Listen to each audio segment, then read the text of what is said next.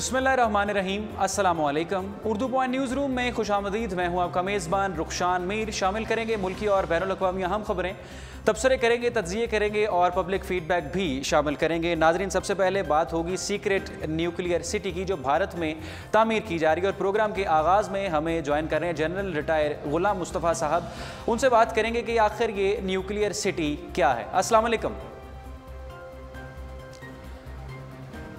General retire ग़ुलाम मुस्तफ़ा साहब हमें telephone line पर ज्वाइन कर रहे हैं, उनसे बात करते हैं। अस्सलाम वालेकुम जनरल साहब।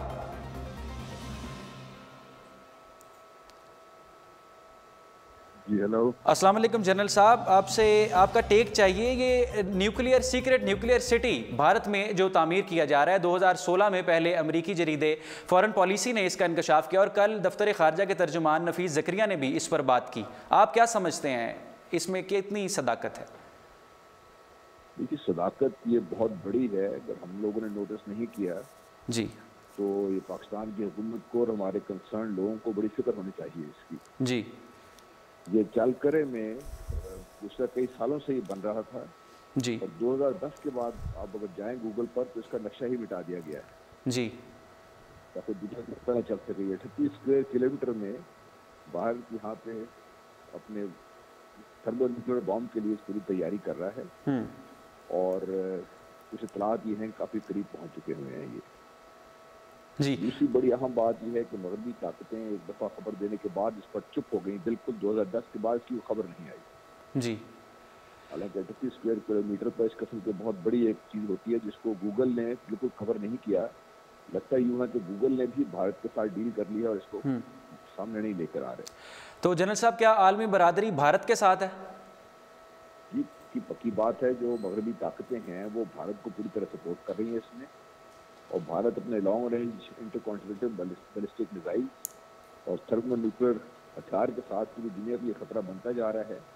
जी, खासतौर पर ऑस्ट्रेलिया, इंडोनेशिया, थाईलैंड और काफ़ी हद तक तो यूरोप के काफ़ी सारे मुल्क। तो दुनिया को इस फिक्र होनी चाहिए। पाकिस्तान तो पहले ही इसके बारे में फिक्रमंद रहता है और अपनी तैयारी कर रहा है पाकिस्तान।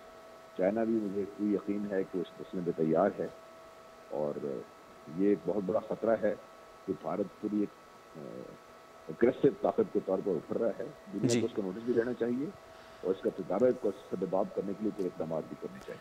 अच्छा जनरल साहब, आखिरी मेरा सवाल आपसे यह है कि आलमी बरादरी की तवज्जो इस इशू पर मबजूल करने के लिए पाकिस्तान को, पाकिस्तानी मीडिया को क्या इक़दामात लेने चाहिए? देखिए, पाकिस्तान मीडिया को तो पूरा पूरा इन्फॉर्म डिस्कशन इस पर करनी चाहिए जी, और इसको पूरी तरह पब्लिसाइज करना चाहिए। सोशल मीडिया पे इसको उठाना चाहिए ताकि दुनिया के जितने बड़े बड़े मुल्क हैं उनकी तवज्जो मबजूल कराई जा सके और इस बड़े बढ़ते हुए खतरे को, जो पूरी दुनिया के लिए खतरा है, उसको इसी वक्त रोक लिया जाए तो शायद पॉसिबल हो, वरना तो ऐसी स्टेज होगी कि शायद उसके बाद रोका ना जा सके। अच्छा, अगर ये सिटी तामीर कर ली जाती है तो पाकिस्तान का दिफा मजबूत है इसका सामना करने के लिए, मुकाबला करने के लिए? देखिए, थर्मोन्यूक्लियर वेपन के खिलाफ दुनिया किसी मुल्क का दिफा भी मजबूत नहीं है।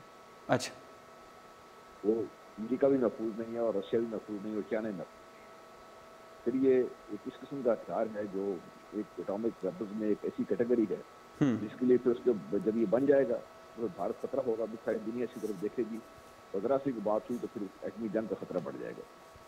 जी, बहुत शुक्रिया जनरल साहब, आपने हमें अपना कीमती वक्त दिया। जनरल रिटायर ग़ुलाम मुस्तफ़ा साहब हमारे साथ टेलीफोन लाइन पर मौजूद थे और उन्होंने अपनी कीमती राय इस सीक्रेट न्यूक्लियर सिटी के हवाले से हमारे प्रोग्राम में शामिल की। इसकी तारीख आपको बताते चलते हैं कि दिसंबर 2016 में अमरीकी जरीदे फॉरेन पॉलिसी ने एक रिपोर्ट शाया की जिसका मतन ये था कि भारत के एक स्टेट में खुफिया न्यूक्लियर सिटी तामीर की जा रही थी जिसमें थर्मो न्यूक्लियर वेपन्स बनाए जाएंगे, जिसमें इंटरकॉन्टिनेंटल बैलिस्टिक मिसाइल्स पर गौर किया जाएगा, एंटी बैलिस्टिक मिसाइल सिस्टम बनाया जाएगा और भारत का जंगी जनून आसमान से बातें कर रहा है। यहाँ तक कि 200 मिलियन की डिफेंस डील भी भारत ने साइन कर दी है। ये एक इंतहाई तशवीशनाक खबर थी जिसको कल सेकंड किया अपनी हफ्तावार प्रेस ब्रीफिंग में नफीस ज़करिया साहब ने। उनका कहना था कि इस तरह के मंसूबे, इस तरह का जो सिटी भारत एक तामीर कर रहा है वो पाकिस्तान के लिए नहीं बल्कि इस खित्ते के लिए, पूरे रीजन के लिए ख़तरे की घंटी है। मगर इस पे भारत की तरफ से बजाय इसके कि कोई वैलिड मौक़िफ़ दिया जाता, कोई ओपिनियन दिया जाता, कोई मीडिया में डिबेट होती, भारत ने रेडिक्यूलस रिपोर्ट्स बनानी शुरू कर दी, रेडिक्यूलस मीडिया रिपोर्ट्स चलानी शुरू कर दी और कहा कि ऐसी बात किसी भी सदाकत पर, किसी भी सच्चाई पर मबनी नहीं है, इसमें कोई भी सदाकत नहीं है, कोई भी सच्चाई नहीं है। तो एक बड़ा सीरियस इशू है जिसे सोशल मीडिया पर उठाने की ज़रूरत है, जिसको डिबेट मीडिया पर चलाने की ज़रूरत है। और सबसे बड़ी जिम्मेदारी पाकिस्तानी मीडिया पर आयद होती है कि इससे लोगों को इन्फॉर्म करें और आलमी बरादरी की, इंटरनेशनल पावर्स की तवज्जो इस इशू की तरफ मबजूल की जाए।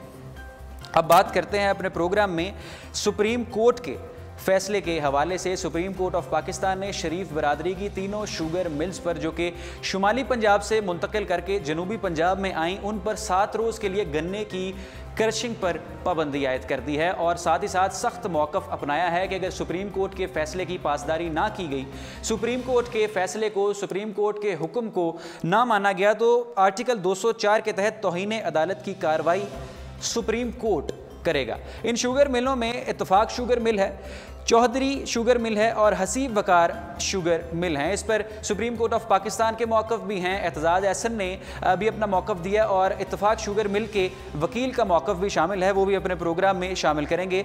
शुगर मिल के वकील ने यह मौक़िफ़ दिया है कि 2006 के अदालती हुक्म के तहत मिल्स की ट्रांसफ़र कानूनी है और इस पर कोई पाबंदी आयद नहीं थी। और उनका साथ ही साथ ये भी कहना है कि हमें इससे 38 करोड़ का नुकसान होगा। अगर सुप्रीम कोर्ट ने हमारी ये गन्ने की क्रशिंग पर पाबंदी आयद कर दी तो हमें 38 करोड़ का नुकसान होगा, 800 मज़दूर हमारे बेरोज़गार हो जाएंगे और जो बैंक इससे मुंसलिक है वो भी दिवालिया हो जाएगा। और उन्होंने ये इस्तदा की है कि सुप्रीम कोर्ट हम पर कोई रहम करे। मगर बात इस वक्त काबिल गौर और खुशी की बात यह है कि ये जमहूरियत का हुस्न है कि हुक्मरान जमातों के ख़िलाफ़ इस वक्त हुक्मरान जमातों के जो फ्लॉज़ हैं, जो गलतियाँ हैं, कोताहियाँ हैं, अदलिया भी इस वक्त मजबूत है और पाकिस्तानी मीडिया भी इसमें अपना कलीदी किरदार अदा कर रहा है। जो कि तमाम पिलर्स हैं स्टेट के, वो इसमें अपना कलीदी किरदार अदा कर रहे हैं। और बात यह भी काबिल गौर है कि पंजाब के कानून के मुताबिक, सूबाई कानून के मुताबिक किसी भी ऐसी जगह पर शुगर मिल नहीं लगाई जाएगी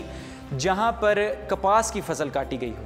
यहाँ पर कपास की फसलें हों, वहाँ पर शुगर मिल नहीं काटी जाएगी। ये भी एक कानून है और इसमें किस तरह से चेंजिंग करवाई गई, तमाम अहम बयानात मैं आपके सामने शामिल करता हूँ। अदालत का मौक़िफ़ इस पर यह था कि क्या वज़ीर आला ने Ittefaq sugar mill, Chaudhry sugar mill और हसीब वकास शुगर मिल मुंतकिल करने की समरी सिर्फ अपने ख़ानदानी मफाद के लिए दी, अपने ख़ानदान के लिए दी? मुफादात के टकराव का मामला ज़रूर देखेंगे। एतजाज़ एहसन साहब का कहना था कि पावर प्लांट की आड़ में शुगर मिलों की मुंतकिली एक गैर कानूनी इक़दाम है।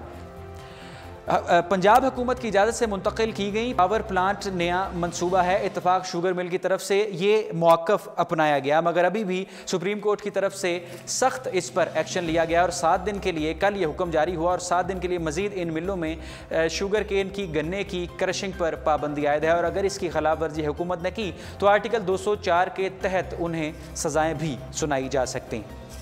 अब अपने प्रोग्राम में ख़बर शामिल करते हैं इस्लामाबाद से अहम खबर तैयबा तशद्दुद केस के हवाले से। हमने मीडिया पर, अपने न्यूज़ चैनल में, अपने अखबारात में इस इशू को हाईलाइट किया और बताया कि किस तरह से इस्लामाबाद के एक इन्फ्लुएंशियल घर में मुलाजमा पर तशद्दुद किया गया, उसको मारा गया, उसका हाथ चूल्हे पर रखा गया, उसको डोइयों से मारा गया। और जब वो मसला कोर्ट में आया तो किस तरह से वकील ने एक कागज़ पर उनके अंगूठा लगवा लिया और उसके वालिद को ये ख़बर नहीं होने दी कि इसका मतन क्या है, जिस दस्तावेज़ात पर आप अपना अंगूठा लगा रहे हैं इसमें आखिर लिखा क्या है। अब इस मामले का फिर सुओ मोटो नोटिस लिया चीफ जस्टिस ऑफ पाकिस्तान मियां साकिब निसार ने और ये मसला एक नेशनल मसला बना, क्योंकि ये मसला एक बच्ची का मसला नहीं था, ये उन हज़ारों लाखों चाइल्ड लेबर का था, उन बच्चों मासूम फूलों का था जिनकी उम्र तो तालीम हासिल करने की थी मगर वो घरों में मुलाजमत करती थी, घरों में नौकरियाँ करती थी, मजदूरी करती थी और उन पर तशद्दुद भी किया जाता था। बात ये हुई, अदलिया तशद्दुदज़दा बच्ची के साथ थी, मीडिया उस बच्ची के साथ था, उस गरीब के साथ था, मगर तैयबा के वालिद ने एडिशनल सेशन जज राजा खुर्रम अली ख़ान और उनकी अहलिया माहीन ज़फ़र को मुआफ़ कर दिया है। अदालत की तरफ से उनसे ये पूछा गया कि आप किसी दबाव में तो नहीं आए, आप पर कोई प्रेशर तो नहीं है, आपको किसी ने डराया धमकाया तो नहीं, अदालत आपके साथ है, अदालत मजलूम के साथ है। मगर उन्होंने कहा कि हमें किसी ने डराया धमकाया नहीं, मैं बिल्कुल अपने होशो हवास पे मुजरिमों को इससे बरी ज़िम्मा करार देता हूँ। इसमें बात यह है कि पाकिस्तान में अभी गरीब अवाम इतनी मजबूत नहीं, अदलिया के साथ होने, मीडिया के साथ होने के बावजूद इतनी मजबूत नहीं कि वो एक जज का मुकाबला कर सकें, और इसकी मुतअद्दिद वजूहात भी हो सकती हैं, उस पर भी किसी दिन ज़रूर डिस्कशन करेंगे। ये था आज का न्यूज़ रूम रुखसान मीर के साथ। मज़ीद कोई खबर आएगी तो शामिल करेंगे। देखते रहिए urdu.com। अल्लाह हाफ़िज़।